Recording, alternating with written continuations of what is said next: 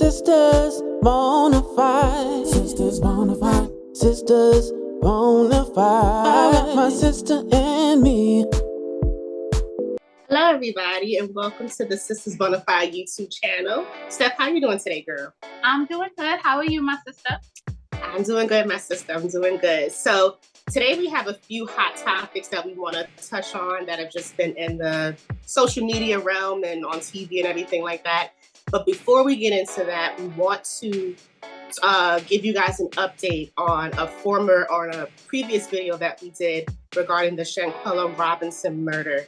For those of you who didn't watch the video that we did, or if you're not familiar with the case, Shanquella was brutally murdered by a group of friends when they went on vacation in Mexico some months ago. And you know, it was an ongoing investigation and case.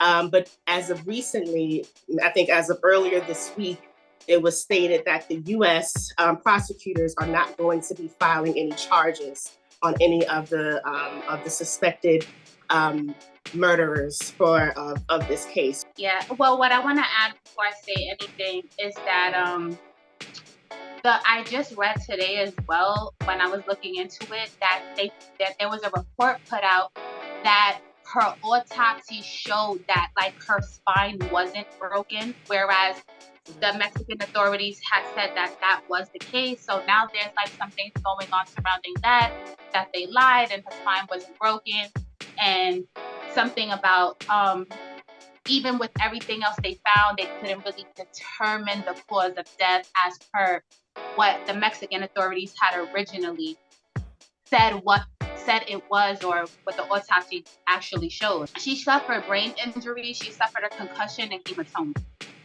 right? So in any other case, those are signs of abuse. That's right. Right? But not here. Okay. And then the other part, the first and last open and close, these people were on video beating the crap out of her. Exactly. To death, to the point that this woman, did not get to leave that house and go home. That's right. Like, she's dead. What else is there? Whether her spine was broken or not, somewhere in that beating caused her death. Something happened. Yep. You know, and I'm just like, what more do they need? You can literally get away with murder in this country. Like, what message are they sending? You want to know how to get away with murder? Go abroad and kill somebody to come back to the U.S.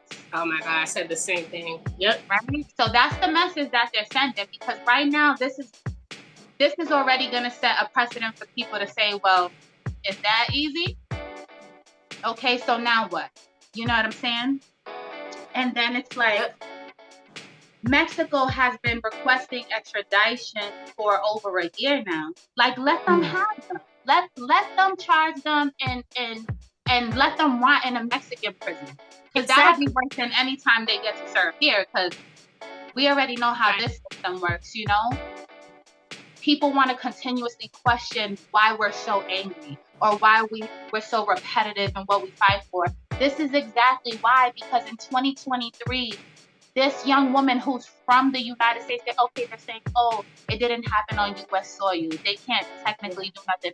No, they fought and they've charged for other cases, even particularly for people who weren't of color, and they've handled cases better than that of people who were killed abroad. Exactly. So I don't even want to hear that part of it. Sure. So I'm just like, you know, it's shocking, but not, because they continuously fail us. And then it's kind of like, I don't really see anything happening with, even if they do turn over, they extradite them to Mexico, I don't really see anything happening with that either. I don't see the Mexican authorities finding that much interest in putting these kids away. And at the end of the day, the fact that remains is that this girl is dead. When you said that it's basically setting a dangerous precedent, it is. Like, this whole thing is setting a dangerous precedent where people can feel like they can, like you said, go to Mexico or abroad and commit these heinous crimes against people who they don't like, and come back and be able to leave scot-free. And to your point, Mexico, they wasn't gonna do nothing because they let them leave the country. Like they could have kept them there as they like they if they had any kind of inclination that this was something suspicious, that these people were suspicious, they let them cross the border like nothing, get on the plane and come back to the States like nothing. So it's unfortunate, and I know I can easily speak for you when I say this, like our hearts go out to this woman's mother. I saw her face in my mind when I read this. It just hurt. I don't know how she was able to just be so composed and strong. Like she held it together on camera. I know I would have broke down. Like the toll that I'm sure that this has taken on her. I feel for her. My heart is extended to her in so many ways. The one thing I did want to mention, it's to your point, and this is what kills. Look, I'm gonna speak my mind. This is what kills me about Black people, our people. We have this selective outrage, right? That's a fact. Where we are outraged for maybe a few months about something that has impacted the community.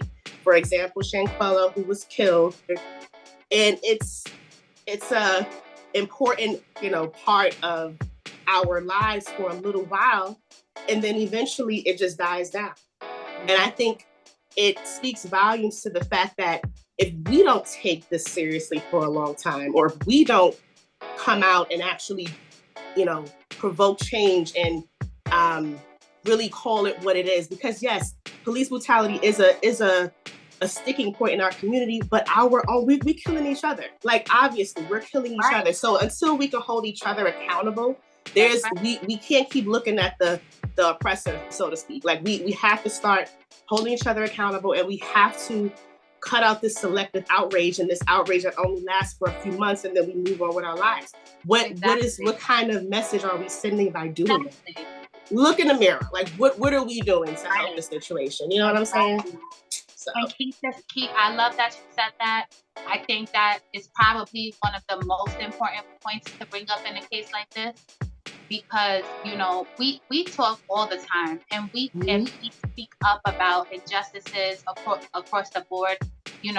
More than not, injustices happening onto people of color from people who are not of color, and we know that happens often.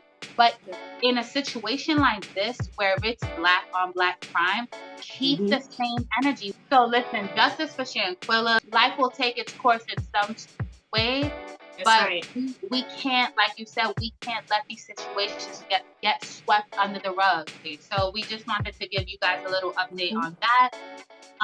But listen,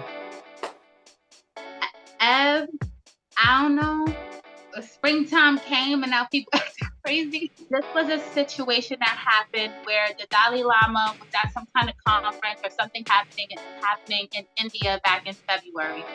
Right. And there was a little boy at this conference who asked the Dalai Lama for a hug. Mm-hmm. So the Dalai Lama invites him up to the stage or to his panel, to his chair where he was sitting. And so he gives the boy a hug. And I'm reading from my notes because I want to get this right. So he gives the boy a hug, and then he asks the boy to give him a kiss on the cheek. Right. Along with the hug. Then he proceeds to ask the boy for a kiss on the mouth. Plus, then he pulls the boy in by his chin, and then he finally tells the boy, or asks the boy, to suck his tongue. The Dalai Lama, he represents the people of Tibet, or the culture. I think it's the Tibetans. I'm not sure how to pronounce it. But basically, in their culture, this is a saying. This is a saying. But they're saying that the word is not meant to be used as suck my tongue. That doesn't translate in their language. Okay. The saying in their culture is eat my tongue. And the story behind that, from what I read, was that this was a term used from like older people for kids who asked for like a lot of candy or a lot of sweets. So, hey, can I have this? Can I have that? Can I have that?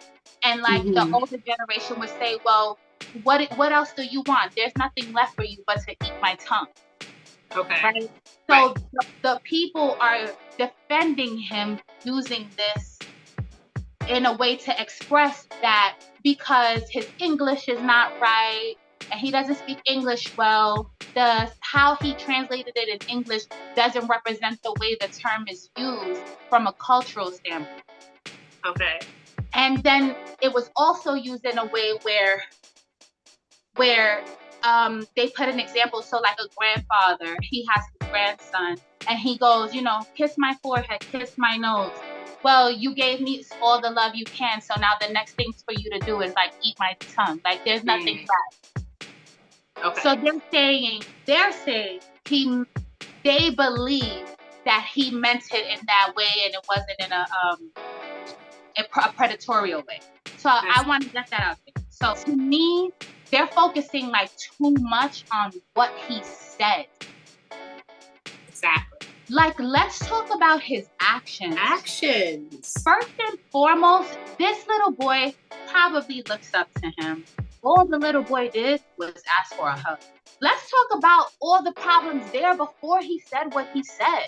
Exactly. Like, I understand them trying to defend him because, listen, you're going to defend your people, you're going to defend your culture. Okay, fine. But what you're saying doesn't align with his actions. And then it's like, one thing that bothers me so much is how nobody holds anybody accountable. It's like, this is nothing new. Right, exactly. This is nothing new. They still have the nerve to refer to this guy as the old holiest or a spiritual leader. So nobody holds him accountable, but he issued, not even him, his camp issues an apology 6 months later. Stop it. Exactly. I was like literally sick to my stomach when I saw it, when I read it. It's like, and like you said, to your point, it's crazy because I read a part of an article where it said it's, his office said that they want to apologize to the little boy's family for any hurt that his words caused. Like you said, like the words is half the problem. So I understand from a cultural standpoint that this may be accepted or appropriate, but in that space, just from, like you said, from the boy's disposition, it was uncomfortable.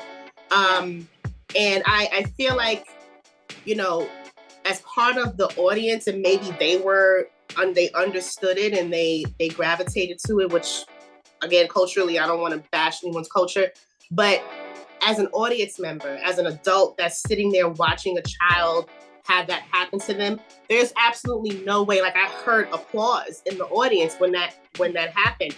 I'm like, there's literally no way that I would either sit there while that happened, or that I wouldn't try to snatch that little boy away from him or walk out, do something. Like, and this is part of the problem, that we, like you said, we're not holding these people accountable. I don't care how much of a spiritual leader he is or whoever it is.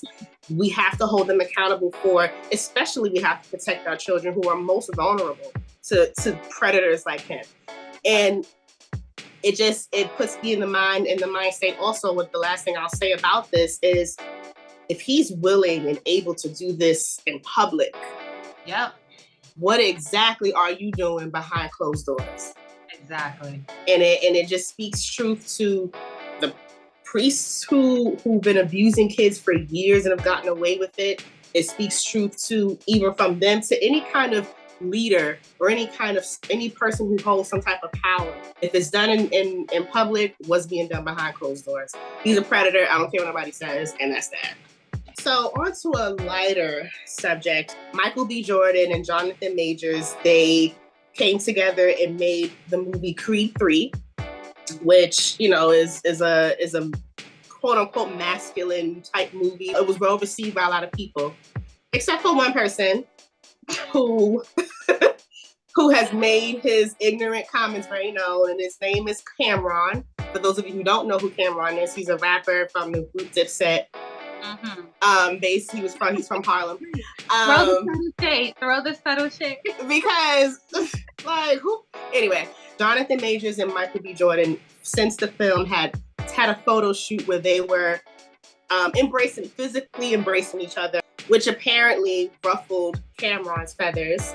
And he made a statement and said, based on that photo, this is why I didn't go see Creed 3. My question to Cameron, if I ever had him face to face, is like, what were you expecting to have happen in Creed 3? Like, did you think that they was going to be fighting and then start like being all lovey-dovey in the movie? Like, why? What were you expecting to come out of that film? Like, you know that this is a really, you know, violent, so to speak, film. So it's like, were you expecting them to be like partners in this? Like, were you expecting them to be in love after they fought in the ring? Like, what were you expecting to have happen? And it's like, you know, I don't understand that. And then it just speaks volumes to me. Like, you are that insecure in your manhood that you wouldn't go support two fellow African-American men who have made history, who are physically embracing their love for one another as men. Like, who cares? What is the problem? Over a picture? And, you know, I also want to mention too, I have to make an ignorant comparison to shed light on this ignorant statement, because, you know, I think Cameron is forgetting that, like, he rocked in 2002 a pink fur coat, a pink hat. He had like a pink Range Rover. I think maybe I'm making that up. If you're trying to make the comparison that like being physical is not masculine, you wearing pink ain't masculine either, bro. But we still was rocking with you with Dipset. So what are you saying? Like, it just simply shows his insecurity. Like, grow up. Honestly, it's just ridiculous to me. Grow up. But he's a joke. Go ahead, girl. What you gotta say? I'm like, coming from the person who faced the same scrutiny, you know, on his sexuality when we were growing up, when he was a thing, which he hasn't been a thing in forever. Like, exactly. Get your 5 minutes. Get your 5 minutes. Exactly. If that's what you want, do it. I remember people used to say he was wearing lip gloss at a point, and then in the old boy video, he was doing all this. Like, come on, we didn't forget. We didn't forget. So, and still right now to say that even those are certain stereotypical reasons to question a man's sexuality, because he wore pink, or because his hand gestures were a certain way, or because his lips is a little shiny. He could put Vaseline on them. You saying he got lip gloss on? So it works both ways. The same way Cameron faced scrutiny, the same way, you know, Michael B. Jordan and Jonathan are facing scrutiny now. I feel like our culture is so conditioned to think that if you're not embracing in the form of a dap, like, it's you're gay. Exactly. Right? Oh, nah, you hug me, or no, you know, giving back to like the Waynes now. They're brothers. The Wayne brothers show love to, like, you know, they used to give each other a kiss on the cheek. That's the way they show love in their household, and their blood brothers. And people still was like, oh, that's gay. That gets really, like, for real, you know. And I'm just like, you kill your brother, you kill your bro, and you respect it, but you hug him and you're gay. This goes back to just the point you made earlier on, like, let's get it together. Let's get it together. We're the first sometimes to bring our own people down, to just like you said, he's so insecure in his manhood that would stop. Regardless if you like Michael B. Jordan and I'm talking about Michael B. Jordan right now, because I don't know the other guy that well or what he's done. But come on, this kid has come up in the come up. Yes. Like, you wouldn't support a fellow brother because of this photo. That's disgusting. Exactly. That you clearly saw Creed 1 and Creed 2, because you're talking about this the reason why you may see Creed 3, or it was Creed 3, right? Mm-hmm. And I'm like, to me, again, all about the message it's sending. Right. It's, we don't know the type of brotherhood they have. Like these, sometimes if you have a friend or you have a good friend, you have a best friend, that's just as good as being your brother as your own blood brother. Exactly. So we can't, brothers can't hug, fathers can't hug their sons. Exactly. They were saying it like, they were butt to butt pressed up against each other. Like, come on now. Or Exactly. but the front. Like, exactly. Come on. To me, I look at it and okay, there's a lot of people saying, oh, we're suggestive. Just look at their facial expressions. Or, this is Hollywood. They're trying to convert every black man into gay and all this kind of stuff. And if you don't submit to that, then you won't make it in Hollywood. Listen, I'm not saying that's not the case in a lot of places. But to me, I look at it and it's like, Jonathan, like, yo, this is my boy. Like, exactly. So you're gay. You can't show love. That's the message in 2023. We're gonna continue to send. Exactly. A man can't hug another man, or their faces were pressed up against each other. So you can't console your boy. You can't console your brother. You can't show them like, bro, I love you. You can't say I love you. Exactly. But when they die, you want to pour liquor over there. Like, really? It's stupid. It's so ignorant. And Michael B. Jordan already made it. Like, to your point, like, you can't make it. He already made it. And Jonathan Majors has, I'm not all that familiar with his work either, but he had a come up too. So it's like, these brothers have already made it. They're not new to this. Like, they've already had their claim to fame. Like, it's stupid to me, but it's always the ones who have so much to say in public that are living a double life behind closed doors. Why are you so pressed about what two men are doing in public? Why are you so pressed about that? Okay, Cameron, if you don't want to go see it, then don't see the movie. But why you gotta say it? Why do you have to be so vocal about it? Don't watch it. It's fine. But it be them. It be the ones who are so homophobic and just so pressed about what two people of the same gender are doing that are the ones that are behind closed doors trying to put up a double life. So, like, sit down, sit down. They be the first ones not living in their truth, okay? That's the cycle continuing. Yes. And then, these people who are influential to other kids and teenagers who are on social media, and this is the message to be sent. This is why men are afraid to show their emotions, because you will right away question their masculinity, their sexuality. Yep. And this is why a lot of the times, I believe, not the whole reason why, but a part of the reason why men specifically are so emotionally unavailable sometimes.